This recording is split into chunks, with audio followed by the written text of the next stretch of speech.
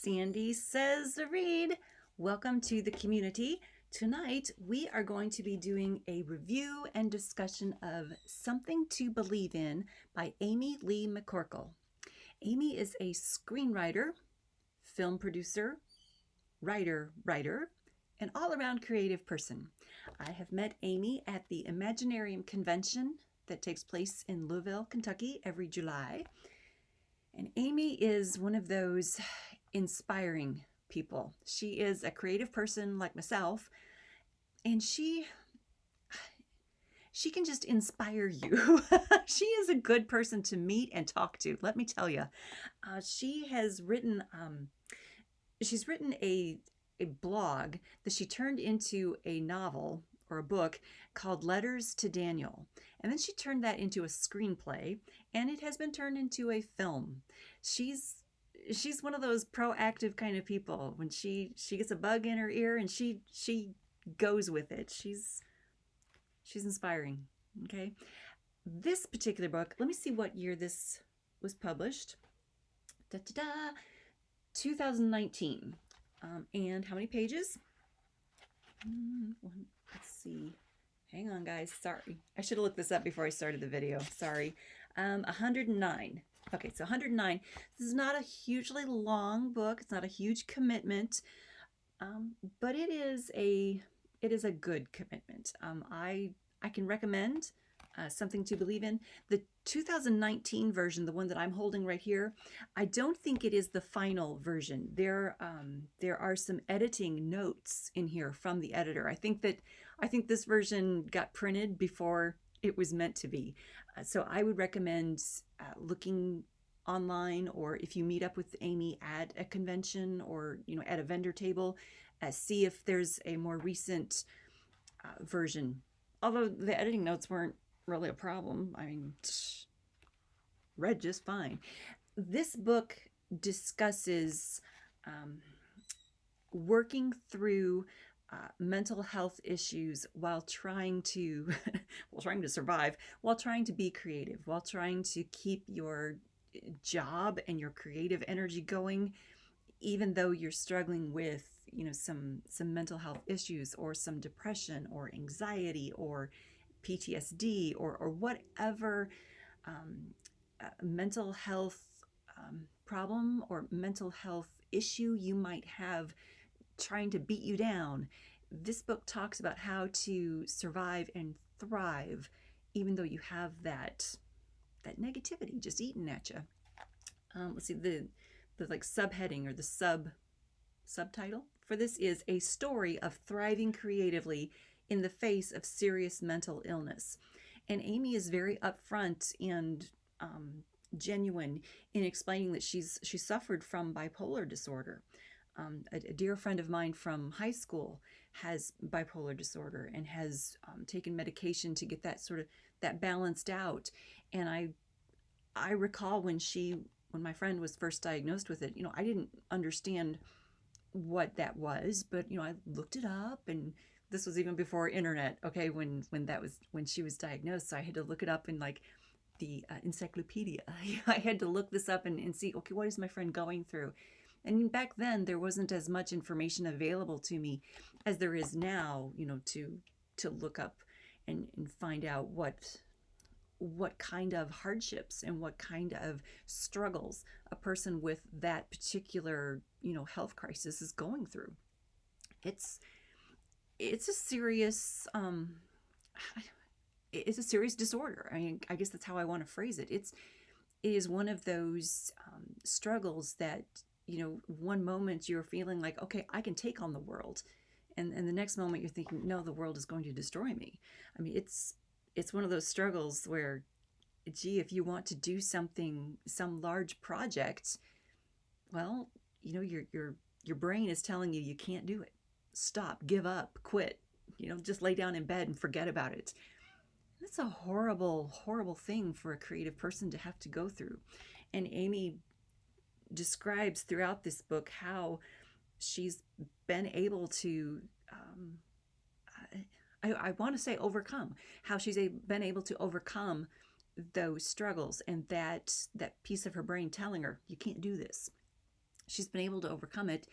And she gives some tips and some guidance and some clues as to how she went through it and overcame it, and how she will struggle, to this day, but she's got these tips and these tools for overcoming it. So when that disorder is trying to beat her down, she's got these tools that she can use to say, no, you're not going to beat me down. Some of those tools are, and I don't want to call her friends tools. Some of those tools or some of those mechanisms for getting through a bad day include friends and her mother, family. Of course, there's medication. She does mention in here, the proper medication, getting to that right, cocktail of medications with a doctor who knows what they're doing is vital. It's important. And she talks about, proper sleep and just, good, taking care of yourself health-wise, physically health-wise. And she talks about these things in this book, but she doesn't just give you, okay, here's a list of tools that have helped me. She weaves those throughout the narrative in a way that you're following along with her story. And you're following along this almost diary-like narrative that is very well done. I enjoyed going through the story, going through it with Amy. It was a very nice story to come through with her, because I know that the final result was better. Yeah, I knew, because I know her, I know that the ending was not devastating. I know that the ending was, yes, each day is still, I don't want to say a struggle. Each day is still a day to power through, but I know that she's powering through each day. Does that make sense? I hope that makes sense. I'm going to read you a couple of passages out of the book because I want you to get a feel for it. Let's see, on page 35, she says, "The hardest part about learning to cope with mental illness is learning how to ride the waves. It's accepting that you're going to have your productive times and you're going to have times when you're going to be lucky to get out of bed." I have felt this myself in my life. And yeah, I agree with her, but it's lovely to have someone brave enough, like Amy, to put that in writing and print it and get it published and share it with other creative people. Kudos to her for that. She's on the same page. She says, "Establishing a routine for myself was key." And I like that advice right there. Boy, for myself, it's difficult to establish a routine. It just is. I have a day job. You would think I would be able to establish a routine because, I work 5 days a week. But every day is different. We could do an entire video on the crazy of my job, but we won't, because I love my job. Don't get me wrong, but every day is different. It's all weird. But she has in here, let's see, she had to learn to make time for her writing because no one was going to give me time to write. Amen, sister. But she says in here that she was writing like between 4 and 8 hours a day. And I wrote in the margin, that number, 4 to 8 hours a day, because I was like agreeing with jealousy when I read it. I was just overcome with envy when I read that, because I would love to be able to just write creatively for 4 to 8 hours a day. Can you imagine? That would be wonderful, liberating, freeing. My characters would stop, bombarding me. I could write their stories for them.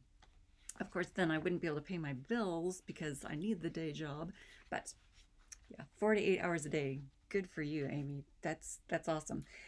Let's see. But on the next page, she gives some more like self-care ideas for us. And it says, "When I'm depressed, I'll allow myself the right to burrow in my bed and sleep, to lounge around in my pajamas and watch television. I make my goals simple. Get out of bed, get out of my pajamas into jeans and a t-shirt, make sure I take my blood sugar, make sure I eat 3 meals, and on a really hard day, if I make it into the shower, then I reward myself." I have had periods in my life like that. I think I've shared on my BookTube channel. I've shared a couple of sprinkled throughout in there. I've shared a couple of times where I had lived with a crazy person. Joe Navarro has a book called Dangerous Personalities, and I figured out that the person I had been living with was a predator. Crazy Pants, nickname is Crazy Pants. And while I was getting out of that situation, I mean, I had moments of just complete depression where I would, like on a Saturday, I would sleep till 4 o'clock in the afternoon because I could not drag myself out of bed. And in what Amy is saying here, if you're depressed enough, you allow yourself the right to have that day. But then the next day, get up, do something for yourself if you can. But she also has people in her life that are helping her. She has people, she has a support system. She has people who I think would make her get out of bed the next day. So that's I think key as well. She'll give herself permission for those hard days, but then someone's gonna hold you accountable on the next day. Like one of my birds, perhaps, which you hear in the background. Let's say, she says, those waves, when you are riding them, can be exhilarating when you are creating. It brings joy and sunshine into what can be an arduous journey. So often we are walking in the dark, feeling isolated and alone. Use your creativity as a way of breaking free of that slippery slope.